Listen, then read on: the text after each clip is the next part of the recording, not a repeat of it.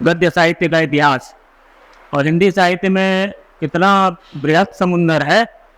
इसमें दो चीज़ें होती है, एक होता है काव्य शास्त्र जिसको अंग्रेजी में पोएटिक्स कहते हैं, और एक होता है भाषा विज्ञान। सुना है दोनों नाम? नहीं सुना है तो बताओ नहीं। भाषा विज्ञान, भाषा का विज्ञान, science of language, but it is called linguistics. ये कहा जाता है लिंग्विस्टिक्स। यही आईएएस में है। आईएएस में कविता और गीत लिखने को नहीं आएगा। आईएएस में जो आता है वो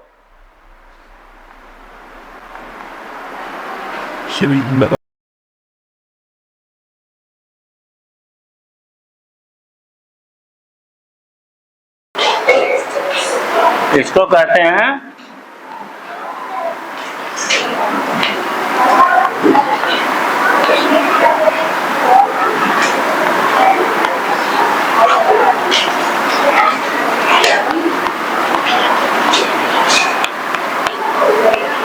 ये दो शब्दों का केवल परिचय करा रहे हैं, अभी तुम्हारे कोर्स में नहीं है और अभी तुम्हें इसकी जानकारी रखनी है।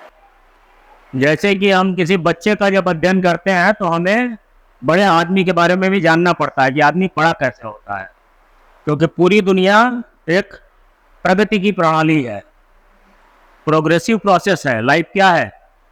हर चीज, तुम वो बच्चे से बड़े होते हो, मकान है छोटे से बड़ा होता है, वृक्ष है, बीज से वृक्ष बनता है, वृक्ष से फिर फल बनता है, फल में फिर बीज लगता है और अंत में वो फिर से वृक्ष बनता है।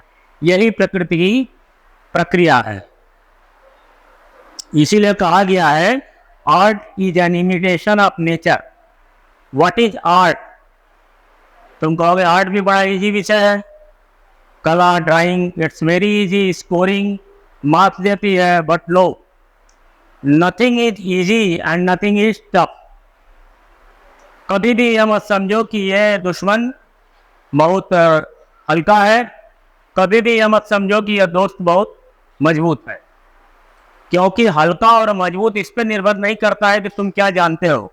वो इस पर निर्भर करता है कि जब तुम्हारी लड़ाई होगी तो लड़ाई में सामने वाला कैसा होगा। जैसे इस बात को यूं समझो कि तुम जब परीक्षा देने जाते हो तो तुम्हें लगता है कि हम अपने क्लास में बहुत अच्छे हैं, लेकिन जब बोर्ड के सेंटर पे जाओगे तो वहाँ 45 लाख बच्चे एग्जाम दे रहे होंगे, 45 लैक्स इन एंटायर यूपी, पूरे उत्तर प्रदेश में।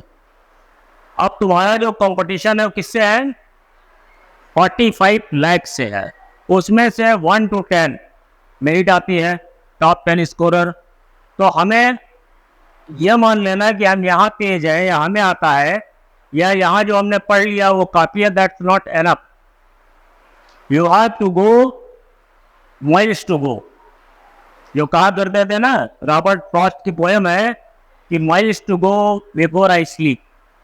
सोने से पहले यह सोच लो कि सोते तुमने अगर सारा काम कर लिया और सोचो कि अब तो अब सोने जा रहे हैं, सब काम आज का हो गया, ऐसा कभी नहीं होता है। कभी भी life is an endless process of thinking, working and doing something. जीवन जो है एक सतत प्रक्रिया है। You can have pause, but there is no button of stop in life. There is only one button of stop in life, that is the end of life. जब आदमी की मृत्यु होती है तो वही वो स्टॉप करता है, और मरने वाला भी आखिरी समय पर बहुत कुछ सोच रहा होता है, ये रह गया, वो रह गया। हॉस्पिटल में आदमी पड़ा तो कहता जा उससे बोल देना ये, इससे बोल देना ये। मीन्स हमें हर समय श्रम और परिश्रम करते रहना है, कभी भी रुकना और थकना नहीं है। जितना भी पढ़ोगे, ये विद्या के बारे में श्लोक कहा गया है संस्कृत में, व्यय कृते वर्धति एव नित्यम, व्यय कृते वर्धति एव नित्यम, विद्या धनम सर्वधनम प्रदानम।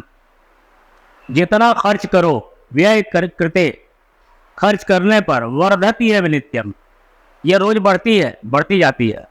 विद्या धनम सर्वधनम प्रधानम, यानी विद्या का धन सारे धनों में सबसे बड़ा धन है। कोई भी चीज खर्च करो तो क्या होती है, कम होती जाती है, लेकिन ज्ञान एक ऐसी चीज है जो बढ़ती जाती है।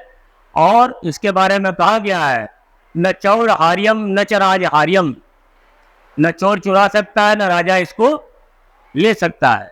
यानी मोदी जी ले नहीं सकते हैं ज्ञान, सब कुछ ले सकते हैं, जमीन ले सकते हैं, सड़क बनाने के लिए किसी की बिल्डिंग तोड़ी जा सकती है, किसी का खेत लिया जा सकता है, छापा मार के किसी के पास पैसा है तो पैसा जब्त किया जा सकता है, लेकिन ज्ञान को कोई नहीं ले सकता है। न चौर हार्यम न च राज हार्यम, न चौर हार्यम न च राज हार्यम, न भातृभाज्यम, न भाई इसको बंटवारा कर सकता है, न च भारकारी, और नहीं तो यह भारी होता है, ये भारकारी भी नहीं होता है, भारी भी नहीं होता है।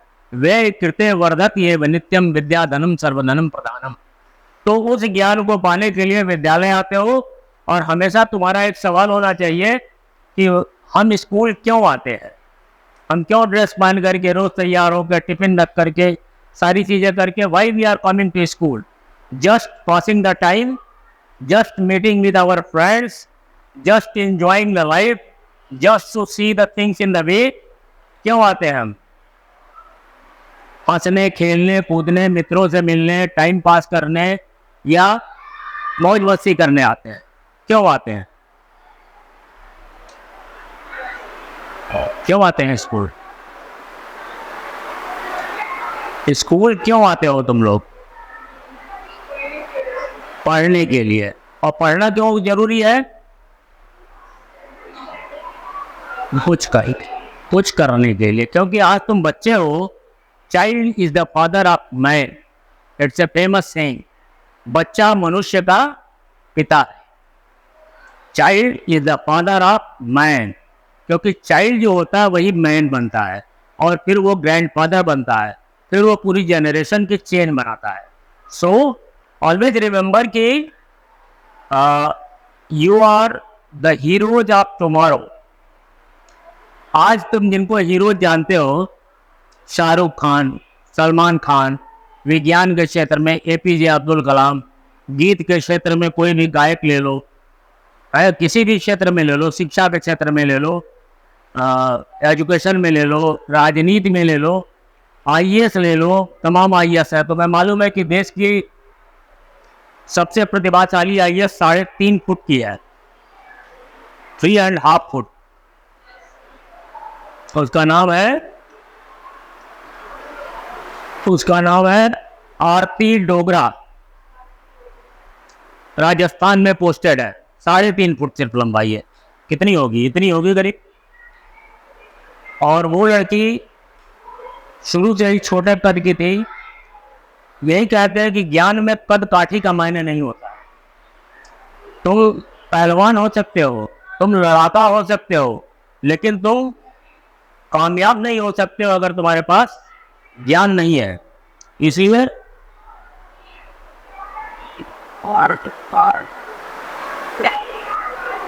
ज्ञान की भूख सबसे ज्यादा होनी चाहिए। आरती डोगरा नाम है उसका, है 3.5 फुट की लड़की। कभी वहाँ यूट्यूब पर नीचे का क्लास होगा तो उसके बारे में दिखा भी दिया जाएगा। उसके पीछे जो फौज चलती है, एसपी चलता है, फोर्स चलती है, और सब लंबे तगड़े लोग, और वो 3.5 फुट की महिला। आगे 14 साल हो गया उसको आईएएस बने हुए। मतलब कि अगर कुछ बनना है तो तुम्हें पहले अपने आप को डेडिकेट करना है। जैसे कि हम सिंपल लैंग्वेज में समझाएं कि अगर हम लोग किसी को बहुत मानते हैं, कोई दोस्त है उसको हम बहुत मानते हैं, तो क्या करते हैं? उसके लिए हम सब कुछ करने को तैयार हो जाते हैं। घर से चोरी करते हैं, माता पिता से छिपाते हैं, और किसी भी तरह से अगर हम लोगों को खेलने तुम्हें जाना है तो तुम कोई ना कोई दांव निकल के पहुंच जाते हो। अगर दोस्त के लिए हमारा इतना डेडिकेशन हो सकता है तो इस दोस्त के लिए क्यों ना हो जो आखिरी सांसों का दोस्त है। कोई दोस्त आखिरी सांसों का नहीं होता है। अभी तुम सारे लोग बैठे हो कि क्लास में हो, दोस्त हो, लेकिन तुम में से जो फेल हो जाएंगे उनको क्या पुराने सारे लोग फेल होकर दोस्ती निभाएंगे? बाकी दोस्त भी कहेंगे चलो हम भी फेल होते हैं तुम्हारे लिए, क्योंकि तुम मेरे बड़े अच्छे दोस्त हो। मैं पास हो गया हूं लेकिन मैं फेल होता हूं तुम्हारे लिए। करोगे ऐसा? दोस्त अगर जेल जा रहा हो किसी गलती को तो कहोगे कि चलो भाई हम भी चलेंगे जेल। दोस्त अगर कोई गलती करके सजा पा रहा है तो तुम सबसे पहले वहां से खिसक लोगे। क्यों? क्योंकि वो दोस्ती अस्थाई है, टेम्पोररी है, कुछ मुद्दों पे है, कुछ कुछ कुछ आकर्षण होता है एक उम्र के साथ। वो आकर्षण ये होता है कि ये खेलने वाला साथी है, ये घूमने वाला साथी है, ये सिनेमा देखने वाला साथी है, इसके साथ रहने में। और एक और होता है, बहुत सारी चीज़ें तुम लोग समझते होगे कि जो दोस्ती के बीमारी होती है, और इसका परिणाम क्या होता है, डेडिकेशन कितना होता है। कोई बहुत सारे ऐसे आपसी रिश्ते होते हैं कि उनको लेकर के लोग जाके रेलवे लाइन पे कट जाते हैं, नदी में कूद जाते हैं। मालूम है कि आत्महत्या करने वाले आदमी के पास कितनी ताकत होती है? सबसे बड़ा विल पावर होता है सुसाइड करना। आसान है क्या अपनी जान दे देना? एक फौजी है वहां जान देता है, लेकिन जो लोग इस तरह की छोटी मोटी चीजों में पढ़ के या निरर्थक चीजों में पढ़ करके प्राण देते हैं वो मूर्ख होते हैं, लेकिन उनके पास ताकत बहुत होती है, क्योंकि प्राण देना बहुत ताकत का काम है। अगर प्राण देना ही हम तो यह कहते हैं कि तय कर ले कि हमें कुछ बन जाना है, और जो भी कुछ बनते हैं, अगर आईएएस कोई बनता है, पीसीएस कोई बनता है, कोई इंजीनियरिंग का टॉपर बनता है, तो वो प्राण दे के पढ़ता है, 8 से 12 घंटे पढ़ता है। अपना कैलकुलेशन करो कि तुम कितने घंटे पढ़ते हो। ये सारे सवाल तुम्हें सोचने के लिए बता रहे हैं। नंबर 1 कि तुम स्कूल क्यों आते हो, या हर रोज सुबह उठ के सोचा करो। जब स्कूल चला करो तो रास्ते में पूछा करो कि हम जा क्यों रहे हैं। तुम्हारा मन ही जवाब देगा। तुम्हारा मन बताएगा कि हम काबिल बनने जा रहे हैं, हम शानदार बनने जा रहे हैं, हम पढ़ने जा रहे हैं। पढ़ने किस लिए जा रहे हैं? जैसे कि बताया, कुछ बनने के लिए। कुछ क्या बनना है यह भी सोचो। कुछ क्या बनना है? चपरासी बनना है, झाड़ू लगाने वाला बनना है, रिक्शे वाला बनना है, ऑटो वाला बनना है, या कुछ बड़ा सा बनना है? कुछ भी बड़ा, बहुत बड़ी चीजें होती हैं। Collector, doctor, engineer, deputy collector, SP, हजारों जगह हैं जिनको समाज में कुछ वैज्ञानिक बनते हैं, कुछ साहित्यकार बनते हैं। जैसे इस किताब को तुम पढ़ते हो, प्रताप नारायण मिश्र, बालकृष्ण भट्ट, चंद्रधर शर्मा गुलेरी, ऐसे पढ़ते हो ना। ये लोग क्या होंगे? ये लोग भी तो पढ़े होंगे, और ऐसा पढ़े कि आज इनको हम पढ़ रहे हैं। ये लोग हैं नहीं, ये दुनिया से विदा हो चुके हैं, लेकिन हम इनको पढ़ तो रहे हैं क्योंकि ये साहित्यकार बने। इन्होंने कुछ लिखने का अभ्यास किया, और लिखने के अभ्यास से ये लेखन के मास्टर बने, राइटर बने, कवि, साहित्यकार, लेखक, आलोचक, निबंध लेखक, कहानी लेखक, उपन्यास लेखक, किसी न किसी रूप में इन्होंने अपनी पहचान बनाई। इनकी डिग्री कोई नहीं पूछता है, लेकिन यह जरूर है कि ये जहां भी पढ़े इन्होंने पढ़ने को सार्थक किया। ऐसा बनो कि इतिहास तुम्हें याद करे। ऐसा कभी मत बनो कि इतिहास में गुम हो जाओ।